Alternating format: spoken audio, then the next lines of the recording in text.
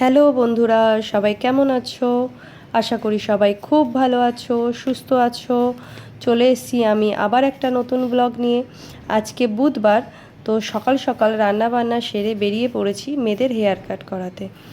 প্রায় 1 বছরের বেশি হয়ে গেছে, জানেন তো, হেয়ার কাটটা করানো হয় না। অনেক দিন হেয়ার আর মানে কি বলুন তো, অনেক দিন হেয়ার কাট না করালে চুল খুব বেশি ঝরতেও থাকে, মানে এটা আমি দেখেছি। তো মেয়েরা অনেক দিন ধরেই বলছিল যে মামা হেয়ার কাটটা করিয়ে দাও, হেয়ার কাটটা করিয়ে দাও। তো টাইম কারোরই হয়ে উঠছিল না, এই অফিস ডিউটি এই সবের মানে করে। তো আপনাদের দাদারও টাইম হয় না, তো তাই জন্য আজকে একটু টাইম পেয়েছি। আজকে আমরা সবাই মিলে তাই জন্য চলে এসেছি মেয়েদের হেয়ার কাট করাতে। আর আমাদের এই ভিএলসিসিটা হচ্ছে আমাদের এই বাড়ির কাছেই আছে, তাই জন্য আমরা এখানেই চলে আসি।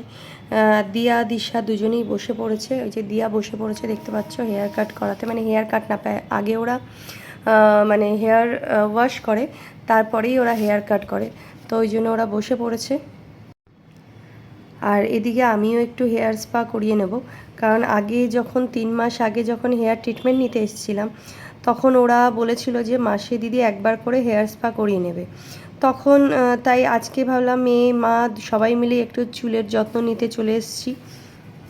আজকে একটা কথা খুব মনে পড়ছে, যখন আমি আর কি ছোট ছিলাম, মানে আমার ছোটোবেলায় আমার বাবা আমাকে চুল কাটাতে নিয়ে যেত সেলুনে।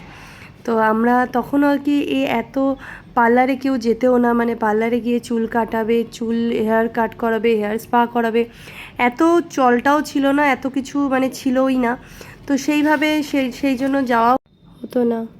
তখন কি হতো না, সেই ছোটোবেলায় বাচ্চাদের মতামত মানে খুব একটা নেওয়াও হতো না, শুনতেও না কেউ। মানে বড়রা যা বলতো ছোটরা সেইভাবেই চুল কাটিং করে নিয়ে চলে আসতো। সে যেটাই বলতো না কেন, সে যদি বলতো ছোট ছোট করে চুল কেটে দাও বয়েস কাটের মতন, তাই করতাম। যদি বলতো এরকমভাবে চুল কেটে দিতে, তাইভাবেই চুল কেটে নিয়ে চলে আসতাম। মানে নিজের কোনো মতামত তখন কেউ শোনাই হতো না। তাই আজকে মেয়েদেরকে বলছিলাম, পার্লার থেকে বেরিয়ে শোন, আমাকে একটা হামি দিস, বুঝলি, কারণ তোরা তোদের পছন্দ মতন হেয়ার কাট করতে পারছিস। তো চলুন, কথা বলতে বলতে ওদের দেখতেই পাচ্ছ হেয়ার কাটটা হয়েও গেছে, সব কিছুই হয়ে গেছে, হেয়ার কাট কমপ্লিট। তো আজকাল আর এমনিও আজকাল এত হেয়ার কাটের নাম, এত নাম তো ছাতার আমার মনেই থাকে না, সব ভুলেই যাই কী নাম, কোন হেয়ার কাটের কোন নাম, মানে এত হেয়ার কাট বেরিয়ে গেছে কিছুই মাথায় থাকে না। আর এই দেখুন আমার মেয়ের হেয়ার কাট করা হয়ে গেছে, কিন্তু এই হেয়ার কাটটার কী নাম সেটা আমি ঠিক জানি না, বলতেও পারবো না।